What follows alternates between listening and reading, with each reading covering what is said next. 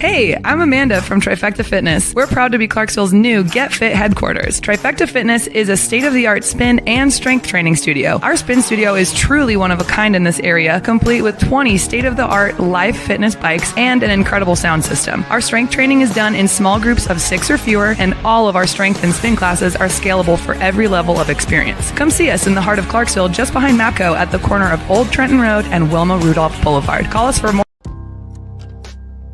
In October 2019, Arlington, Texas was chosen to be the home of a new national museum, unlike any other.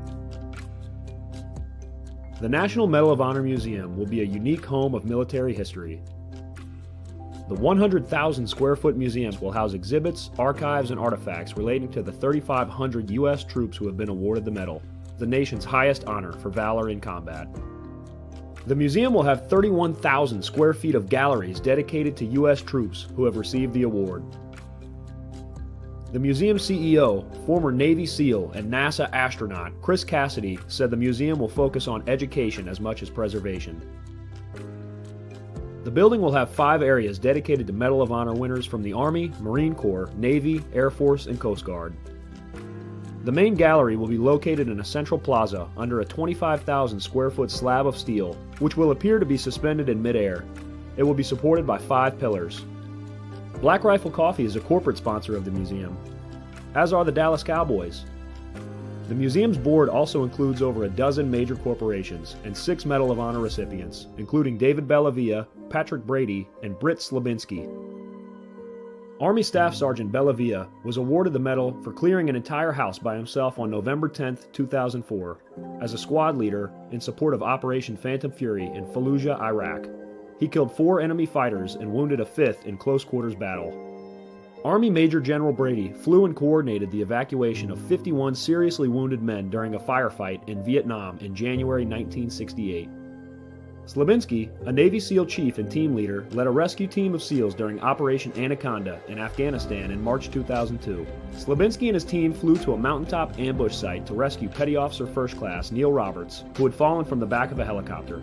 Slabinski led the team through almost constant combat against an entrenched Taliban force. Along with the board members, former presidents Jimmy Carter, Bill Clinton, George W. Bush, and Barack Obama serve as honorary directors. The museum is expected to open to the public in late 2024. All right. Welcome back. Misfit Nation. Misfit Nation. The Misfit Nation Show. We are a show founded by a veteran and hosted by 2 veterans and a military spouse. Our mission is to get people to tell their stories to the world. If you're an author, share your tips with the Misfit Nation. If you're a musician or an actor, our audience needs to know how they too can get into the business. Coaches, we love our coaches. Come on and share your tips with the Misfit Nation to help them become better versions of themselves. If you are a corporate leader or an entrepreneur, come on and show how you did it and how hard you have fought for success. If you are a veteran, first responder, or Gold Star family, we would love to have you come on and share your story with the Misfit Nation. We always have time for you. If you're feeling down, alone, or starting to see the darkness, stop. Think about those who are around you. You are not alone. You will be missed. If you feel like your problems will be a burden to those in your inner circle or feel embarrassed, dial 988. If you are a veteran, take option 1. We need you to keep pushing forward. Don't make a permanent solution to a temporary problem. If you are a new listener, welcome to the Misfit Nation Show. Be sure to subscribe to our show on your favorite podcast app. Also on our YouTube channel at @the_Misfit Nation. Subscribe and click the bell to keep you up to date on our latest episodes and all of our news. You can also find us on Heroes Media Group and About Face Radio. Now, let's get to the show!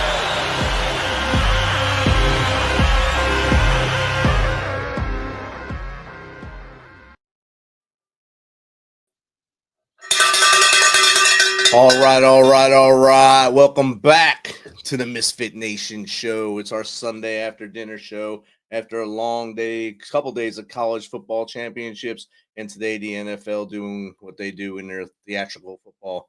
It's been a great weekend. Notre Dame will be playing Indiana in South Bend as the number 7 seed, and hopefully your teams have all made it as well. I know there's a lot of unhappy fans out there thinking their teams deserve it, but play better in the regular season, and you'll be fine the next time you go around. Tonight we have a good one. I also have good news. There's no fallen officers since last Sunday, actually.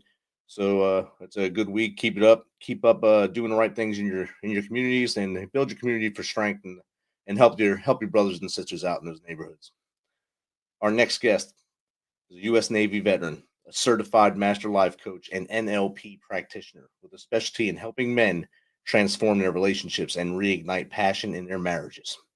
He has a wealth of experience guiding men to understand the psychology of attraction and the keys to reclaiming masculine confidence. So without further ado, let's welcome Paul Bauer to the MisFitNation Show. Welcome, Paul. Hey, Rich, thanks for having me. I'm super pumped up, dude. That intro for the show, it's got me all juiced, man. It's got me juiced up. Awesome. Awesome. I love it.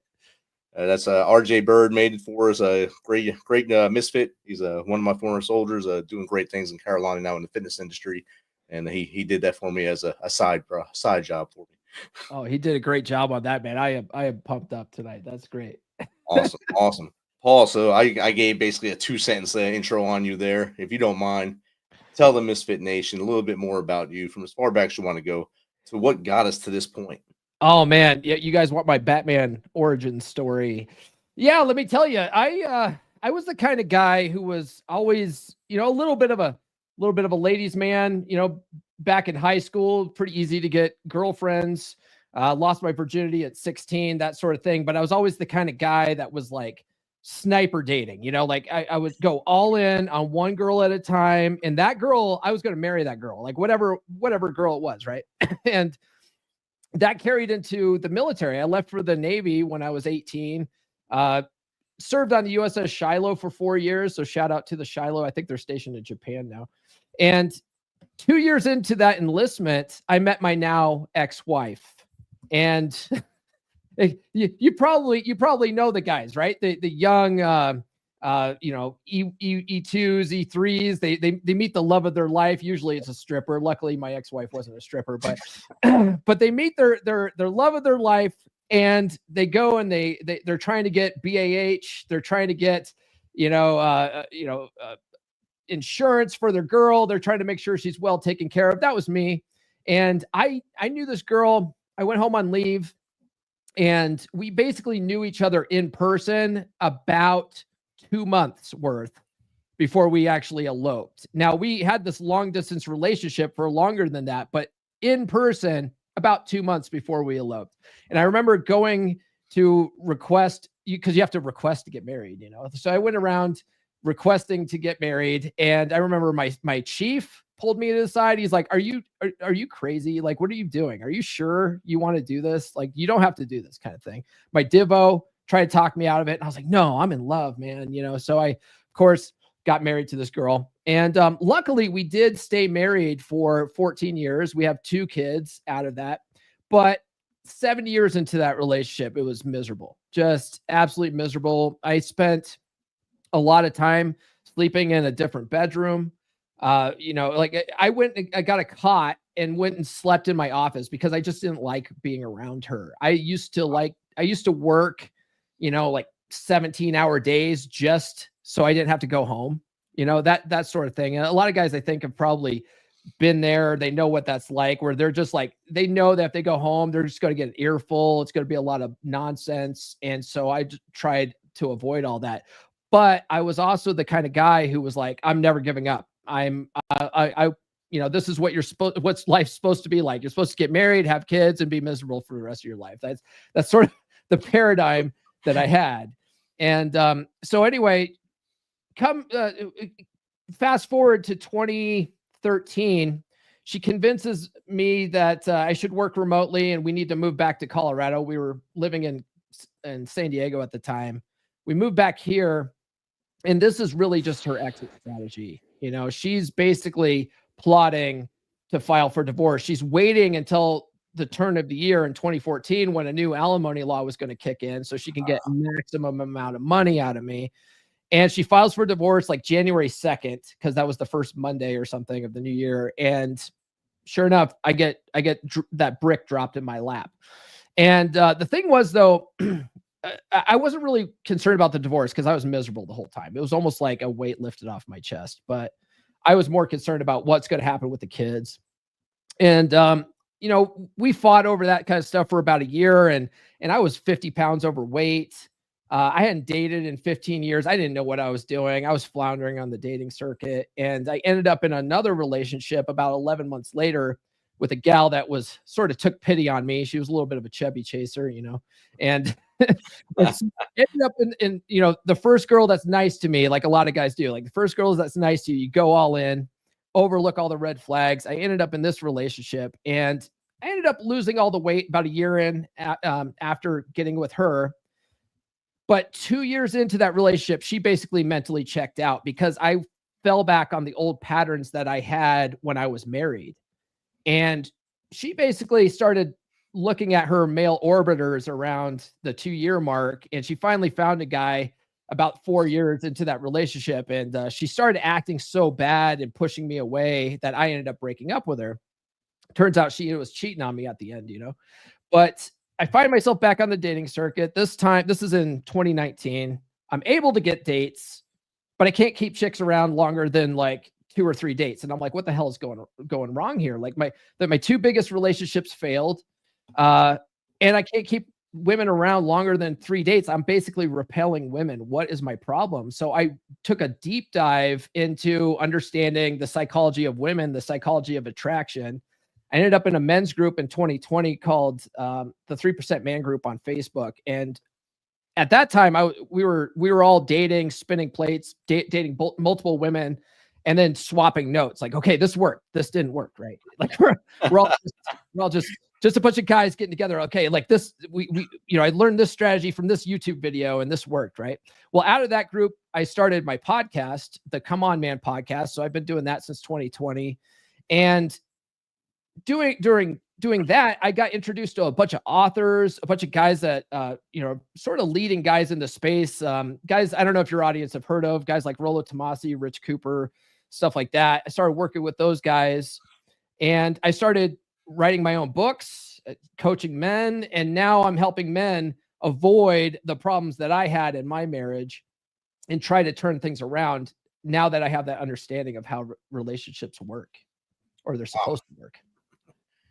Yeah, that's a good Batman story, like you said, your origin story. That's an awesome thing. And when you brought up the young sailor, soldier, marine that gets that paycheck and finds that stripper, it just brought back so many counseling statements I had to give during my time to soldiers to not try to do that. We had one in Korea who spent his whole paycheck on a juicy girl there, and then thought she was going to marry him, and he wound up going AWOL because he basically lost everything. Oh my God. Yeah. And you know, women have the tendency to make us so crazy too. Like we do the dumbest crap for women. And if you just keep a level head, you won't do those types of things. But guys let themselves fall in love. They get Twitter pated. They get the one-itis, we call it. And they do the dumbest things, man. they let the other eye lead them, and that kind of hurts them a little bit. Yes, that's the key right there. So what were some of the biggest I guess secrets you were able to pull out of the men's groups and the studying with the 2 guys that you collaborated with, Cooper and I forget the second guy's name, Rollo? Yeah. Rollo, Man, yeah, there's lots of different things. So the big thing that I realized, the reason why I was repelling women when I was out on the dating circuit was because I was being needy. I was being a needy little, can we cuss on your show? I don't know. Yeah. Okay. I was being a needy little bitch. And so the thing was, a lot of guys don't realize this, right? But a lot of guys, they want a relationship. They don't like the dating circuit. Dating's a grind. So any girl that's nice to them, they're like, okay, I got to lock this girl down and let's try to be exclusive so I don't have to do the dating thing anymore. That was me. I was like, I've got to be exclusive with every girl I talk to. Well, that goes against women's evolutionary psychology. most guys think that all women want relationships. And I would say most women do. But if you're the one that's pushing for a relationship, that gives them the ick. Like they don't like, that's weird to them. It's kind of like a bird that wants to fly into the cage. That's awkward. That's weird. Like it doesn't, that doesn't compute.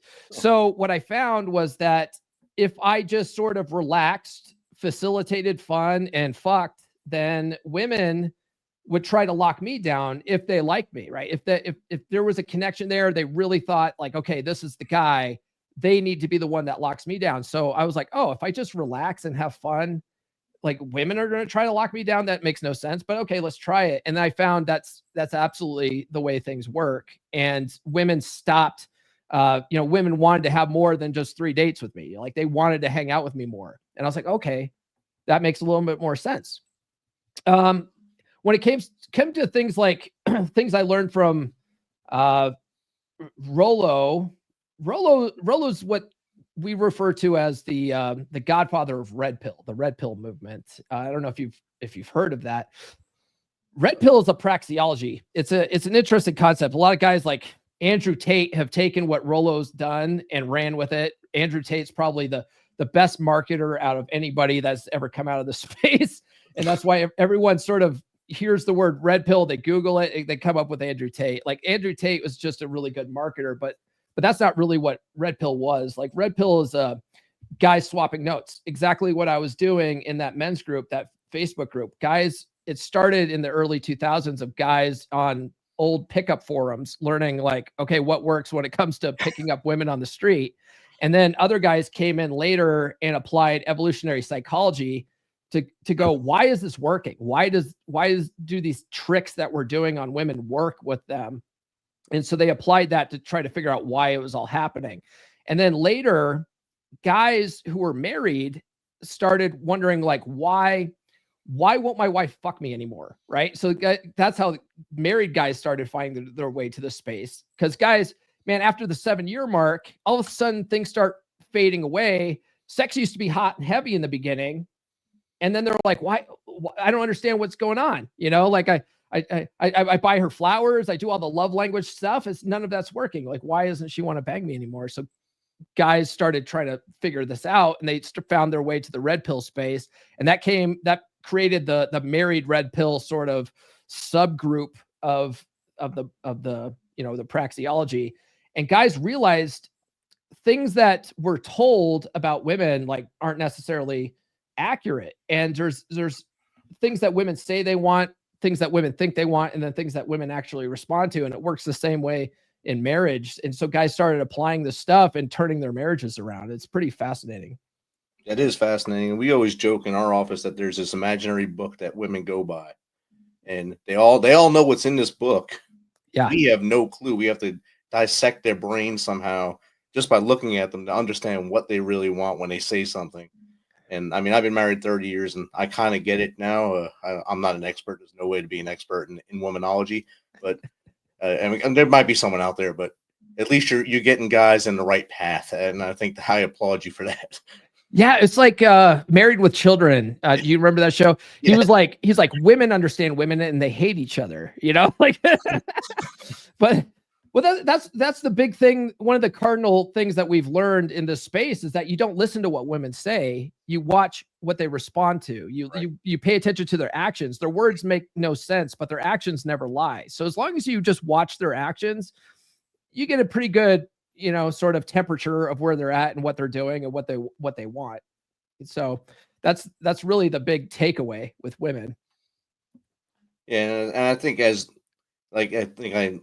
if you take a step back while you're in these relationships and kind of just read the room, read the woman, read what's happening, like you just said, see their reaction to what you do, you'd be a lot more successful than keep over trying. And like you said, buying the flowers, getting the chocolates, doing this and that, thinking that that's what you're supposed to do because that's what you've seen in some romantic movie. That's all Hollywooded up to tell you that's what women want. But 90% of women don't want that. They want some of that, but not all of that. Right. Yeah. That's a big thing too. A lot of guys, especially on the dating circuit, a lot of guys are leading with their wallet. They're trying to get women to like them. So they will take a girl out to a steak dinner, right? If they have a lot of money and they meet a girl online. They'll fly her to Florida or something. They're like, just to impress her. Like, oh, I got to impress this girl. And if you change that mentality around to, no, she's got to earn this stuff.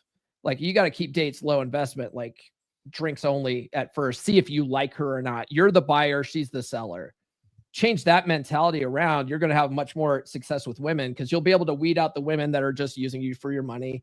You'll be able to, there's a guy that he wrote a bunch of great books. They're called the Mode 1 series. His name was Alan Roger Curry. And I got to interview him once right before he passed away, actually.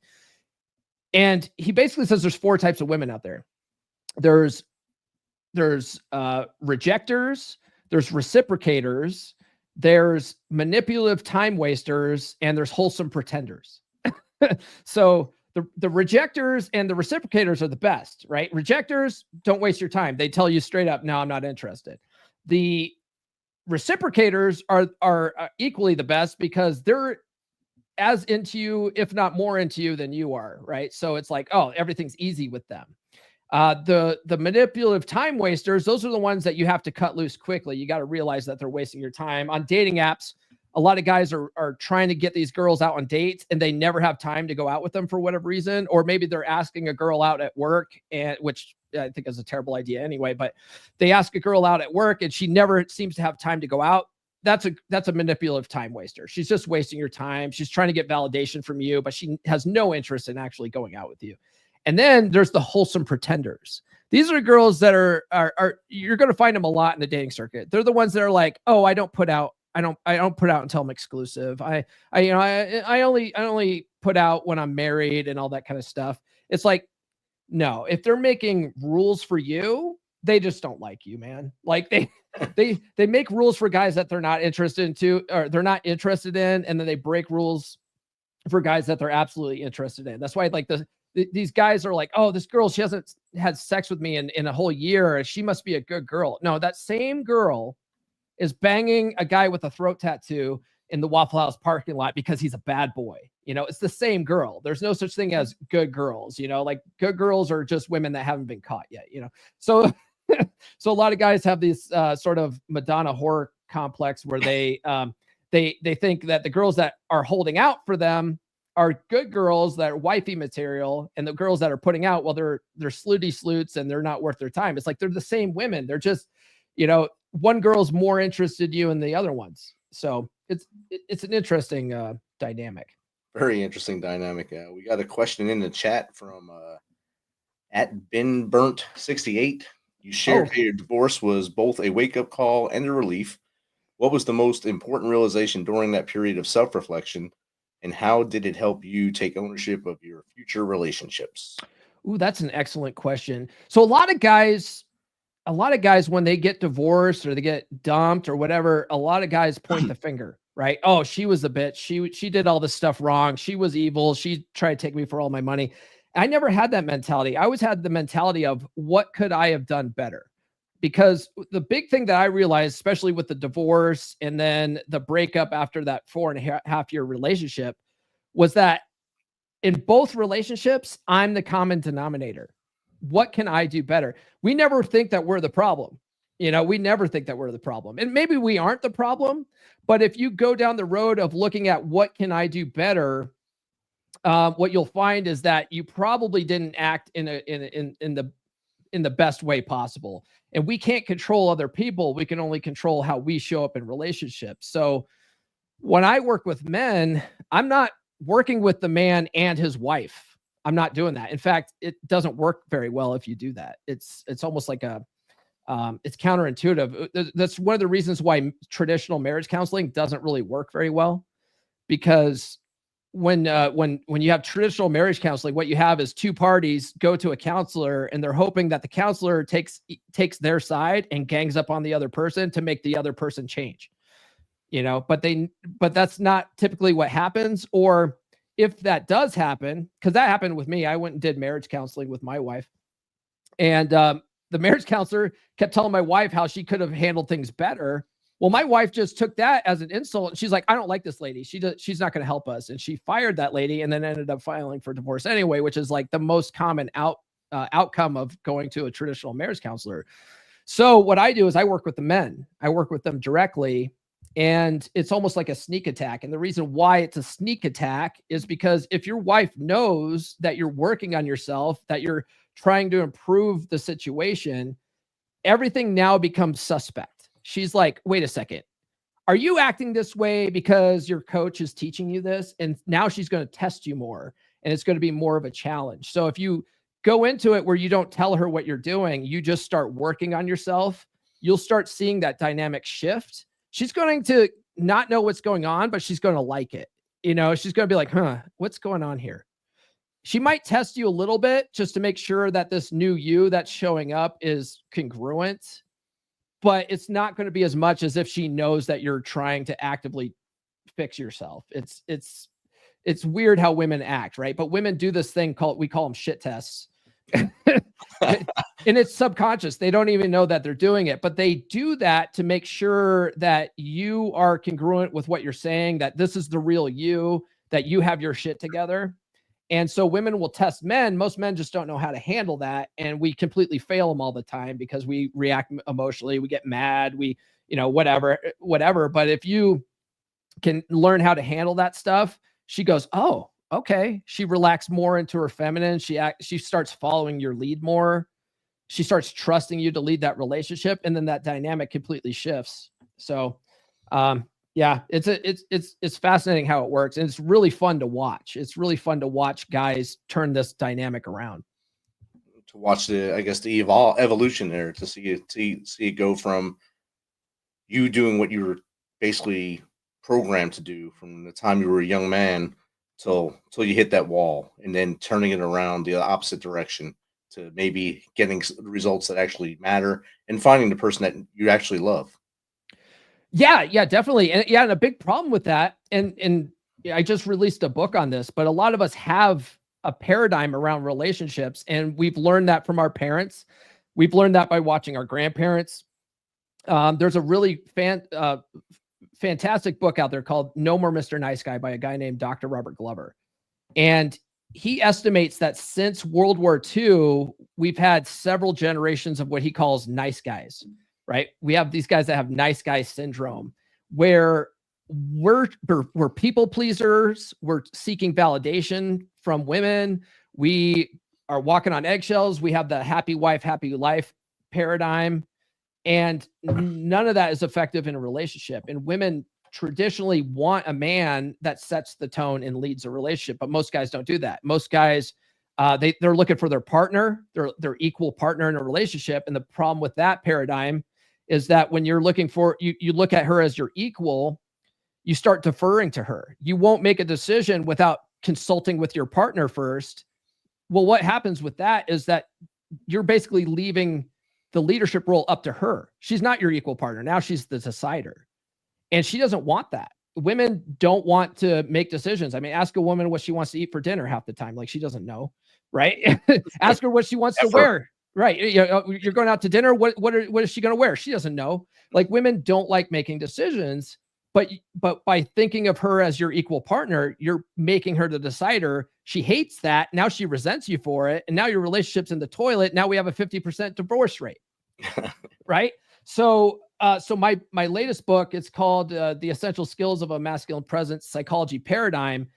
It's designed to reprogram that paradigm in men so that they stop thinking of their relationships that way. They start thinking of it as more of, and I'm a Navy guy, more of a captain, executive officer type relationship, right? Where it's like you have your commanding officer and then like the next officer underneath him, right? The commanding officer is ultimately in charge of the mission, no matter what happens, right? The executive officer is there to support the mission, but the executive officer is not at an equal level as the commanding officer is, right? Like, but the executive officer, they're smart. They went to college, probably. They probably have some good ideas. There's no reason not to take the executive officer's recommendations under advisement, but ultimately you're going to do what the captain says. The captain's going to go with what he wants, right? So that's how it's more of an effective mental model for men to have that type of relationship. Awesome. Another question in the chat here from All Eyes on Me. Your approach focuses on attraction and genuine desire rather than just communication. Can you explain how men can identify and address the root causes of attraction issues in their relationships? I think you've hit some of this, but maybe they jumped in late. Yeah. So what I like to I like to have guys focus on is this concept of women's hypergamy, right? Women's hypergamous nature. Women typically like to get with guys that they see as above them in some way, right? Hypergamy is kind of a complicated thing, but it's basically women's sexual strategy. It's the name we give to women's sexual strategy. They want a guy who's they look as the alpha, and that's where you get the sexual attraction qualities like a dominant masculine presence, physically fit, a guy that sets the tone and leads, a guy who's decisive, he's bold, that's why guys that are able to cold approach women like that, because it shows like boldness and confidence, like that kind of stuff. Those are what we call alpha traits. And then they also want a guy that also has beta traits, right? Which are, he's nurturing, he's going to be a good dad, he's a good provider, he makes a lot of money. A lot of guys think that women only care about money. Money is the beta side of hypergamy. It's not sexually attractive, but they like that, right? So when you optimize, when you try to strategize around a woman's hypergamy, what you're doing is you're optimizing your alpha traits so that you're more sexually attractive. And then you still add a little bit of beta traits on there that she still needs in that relationship. And that's how you're going to keep that relationship going long-term, but optimizing. So sort of having an 80-20 split of 80% alpha traits will keep you from having a dead bedroom, because, that's really important for men. Like men like to fuck, right? Like, let's not beat around the bush. Like men need sex. Like we need air and water, like we need it. And so a lot of guys pretend like they don't want that, because that's their nice guy syndrome coming out, but they need that. And so when they don't get it, now all of a sudden they start getting cranky. They start doing all sorts of stuff like what we call covert contracts. They start, mowing the lawn more or doing dishes more to try to, hey, look, I'm a good boy. Can I have sex now? And that does nothing for attractiveness. And then when I say I focus on that over communication, the problem is a lot of people think that communication is the key to a healthy relationship. And it's not, because what people tend to do with communication is they try to negotiate that attractiveness. They try to negotiate genuine desire. So let's say your wife isn't having sex with you anymore, and every time you go to initiate sex, she rejects you, or she has a headache, or whatever excuse she comes up with. Oh, the kids have stressed me out today, I'm not feeling it, right? So now you communicate, well, I need this. This is something I need in a relationship. And you're trying to communicate that. That comes across like weakness. That comes across like you're begging for sex, right? Which is just further eroding that attraction. So communication is not the key in that circumstance, right? What communication is the key for is conflict resolution. So if you guys are fighting, having good communication skills can resolve that without causing a problem. And if you can do that in a certain way, that actually boosts your attractiveness in her eyes. If you can communicate in a way that is from a position of leadership, that will boost her attraction. So that attraction, that initial genuine desire, is really what is the key to the healthy relationship. If you can keep her attracted, you're not going to have the dead bedroom problem. So it's not a communication issue, it's an attraction issue. Outstanding. And the name there, the name of the person asking the question, he must be or he or she must be a Tupac fan with All Eyes on Me. So thank you for that question. Great question right there. And as you're answering that question, another one came in about your book, actually, which we really didn't talk a lot about, because I'm guessing they researched you. Okay. From Khan on Google Chat. In your book, The Essential Skills of a Masculine Presence, you discuss the psychology and mindset shifts men need to adopt. What's one practical step a man can take today to start reclaiming his confidence and leadership? One practical step a man can take today to start reclaiming his confidence and leadership, I would say, to shift the mindset of your wife as your equal partner, right? Another thing guys can stop doing, which kills attraction, is stop thinking of your wife or your girlfriend as your best friend. That when I say that, like a lot of guys get pissed. They're like, "What? No, she is my best friend, bro. Like, we do all sorts of things together." The problem with the paradigm of having your wife as your best friend is you start treating her like a friend. And when you start treating her like a friend and not like a lover, you end up in the friend zone in your own relationship. She starts looking at you as a friend too.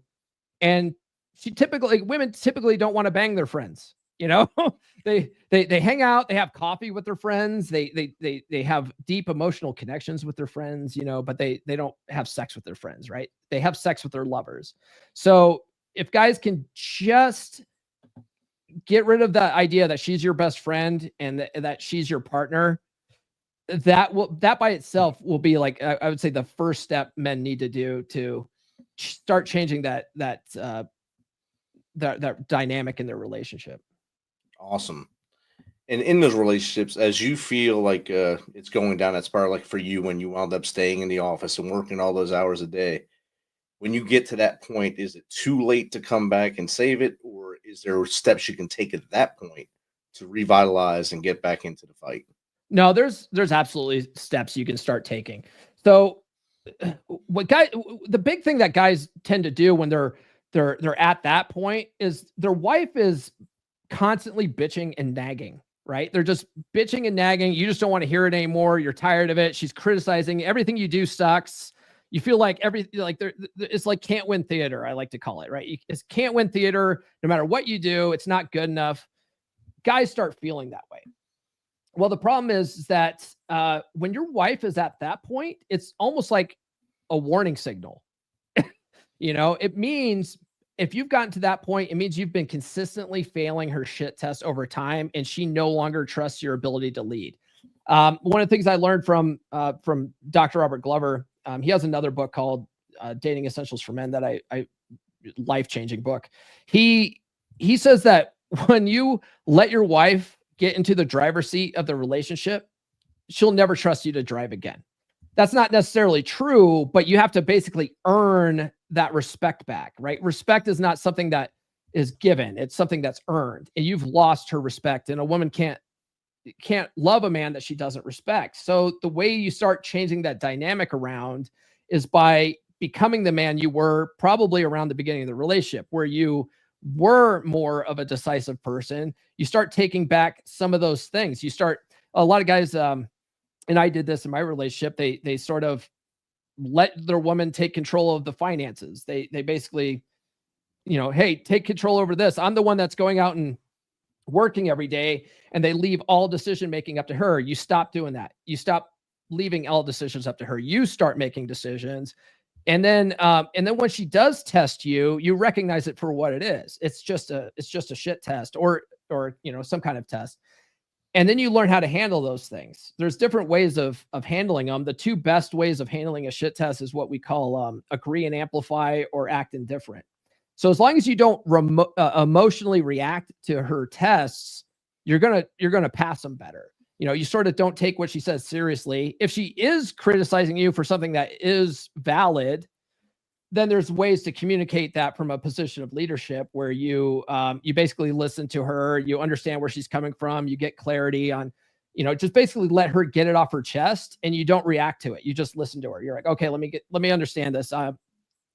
Me doing this and this makes you feel this way. Is that right? That sort of thing. You validate her feelings, but you don't defend yourself. Because if you have to defend yourself and explain what you're doing or rationalize what you're doing, you're basically making her the judge of why you do anything. And that puts her at a one above position. But if you don't explain yourself and you just go, okay, let me understand your feelings on this. Okay, that seems valid or whatever.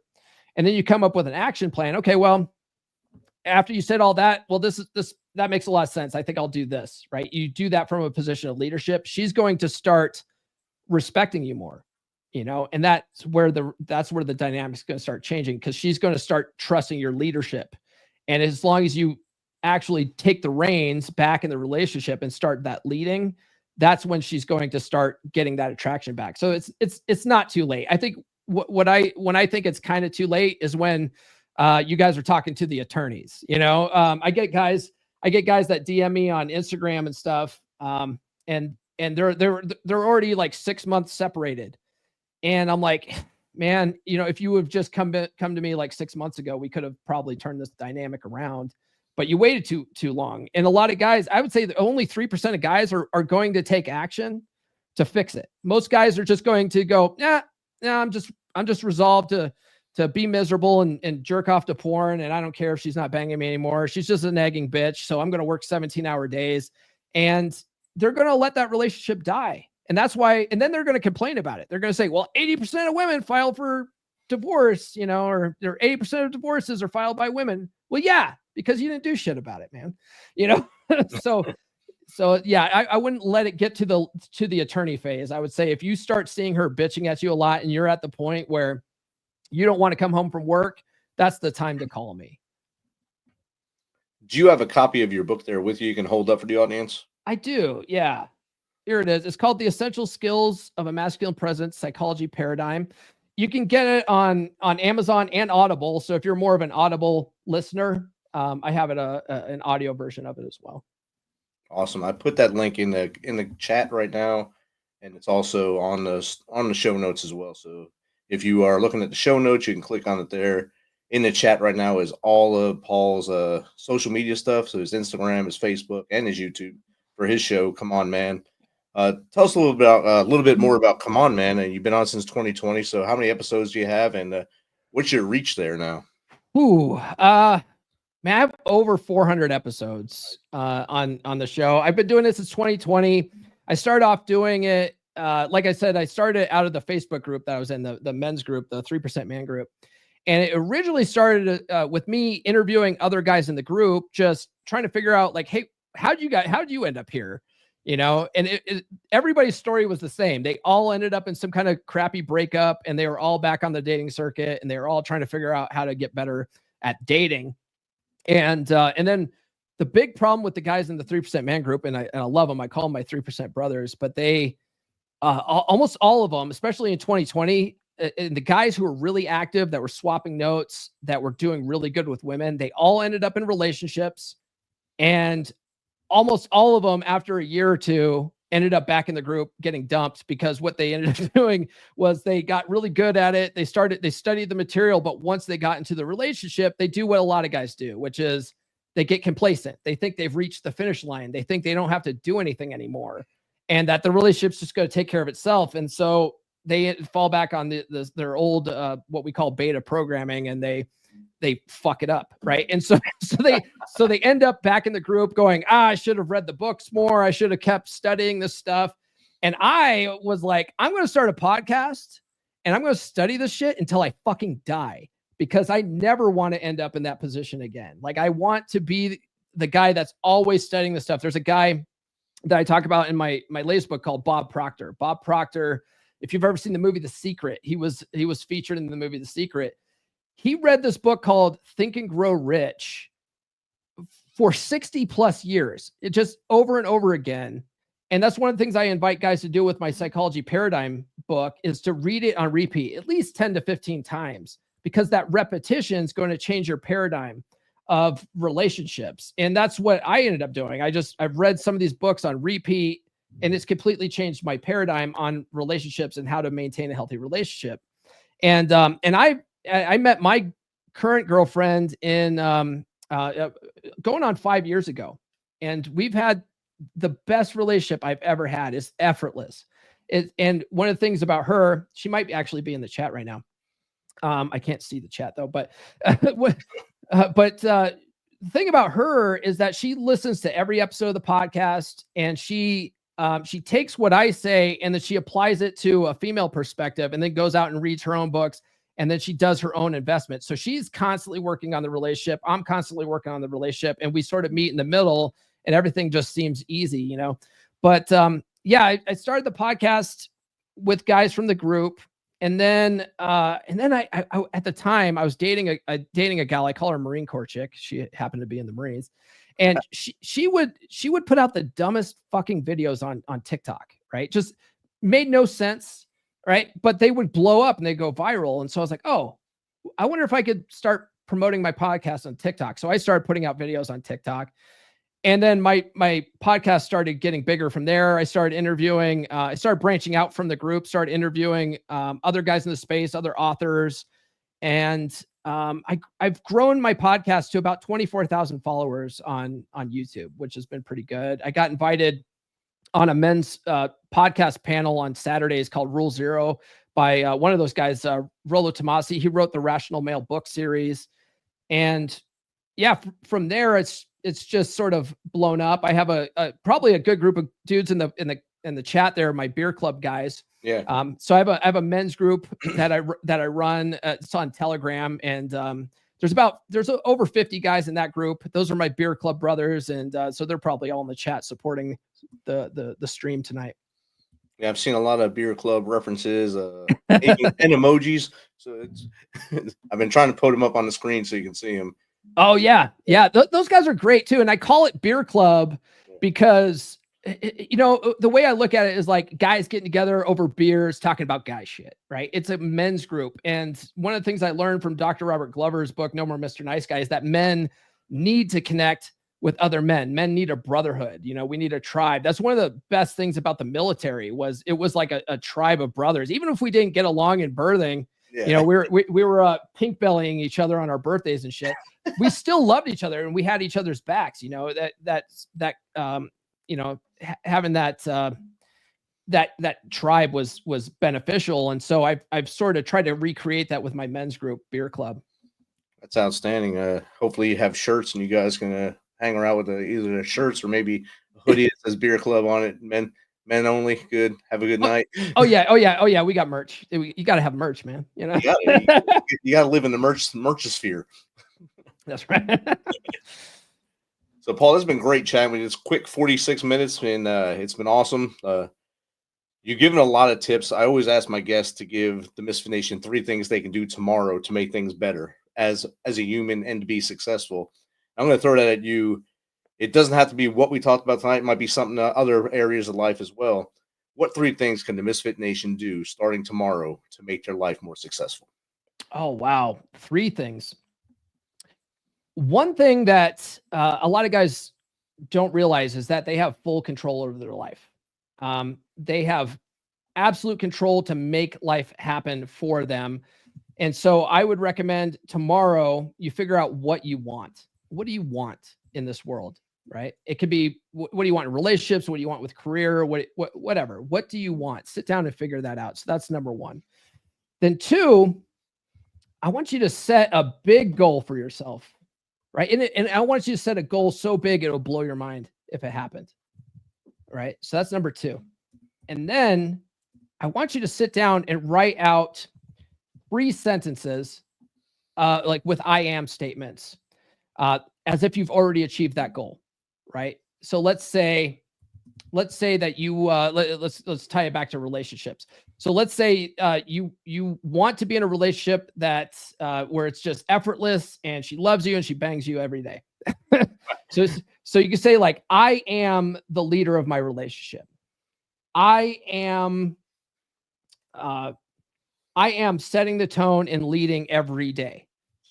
I am in control of my relationship success, right? So like those 3 things. And I want you to read those things every day 5 times in the morning and 5 times at night, because that by itself will reprogram you for success. And if you can program your subconscious mind to believe that's true, your subconscious mind's a supercomputer. It's going to figure out how to make it true for you. And that's really what my book is all about. It's all about showing you different ways of doing that and how to reprogram that subconscious, because our subconscious creates our actions, right? Our actions are caused by our thoughts. Those actions create reactions. Those reactions cause our results in life. So if you're not getting the results you want in life, you got to start up here, reprogram that subconscious mind to change your actions. So get the book, The Essential Skills of a Masculine Presence. Get it on Amazon or Audible. And then if any of you guys are having problems in your relationship right now, book a free call with me. Go to call.fixedbedrooms.com and tell me what's going on in your relationship. If I can help you, I'll show you what that looks like. If I can't, I'll at least point you in the right direction. You said call.fixedbedrooms.com? Fixedbedrooms.com. Fixed Dead Bedroom. Putting that in the chat now. Awesome. Paul, thank you for your time tonight. Thank you to the Beer Club for jumping on. If you guys want to come over to the Misfit Nation and subscribe and share ours, we'd love it. And if you want to join us again, we're on live Tuesdays and Thursdays as well as Sundays. So, Paul, thank you for coming on and taking some of your Sunday night to hang out with us. I'm sure you can do better things to hang out with us, but we had a blast with you tonight. Man, I had a lot of fun. I love doing this stuff, Rich. It's one of those things where, podcasting, it's like I would do it for free. In fact, I did it for free for a long time. and it takes a lot of effort too. People don't understand that, but it's fun. You get to meet a lot of awesome people. Oh yeah, it's great. I love it. And again, thank you and have a great night, Paul. All right, you too, Rich. For every veteran, there is a story about a calling to serve, to fight for the freedoms of the American people. And every story has a struggle, a sacrifice, and invisible wounds. Warrior Wad's programs help veterans recover from PTSD and invisible wounds through exercise, nutrition, and connecting with other veteran leaders. It is estimated that 22 veterans die each day by suicide, and another 30 veterans die each day by substance abuse. These are preventable deaths. Warrior Wad is committed to fighting PTSD through fitness, nutrition, and community.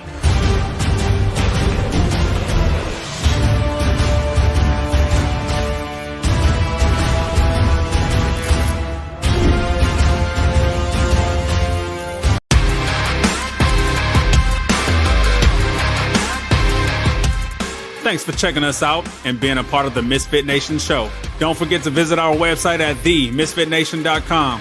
That's themisfitnation.com. Check out all our past episodes and get some of the great Misfit Nation gear for you and your family. As always, be humble, stay hungry, and keep hustling because we are Misfit Nation. Misfit Nation.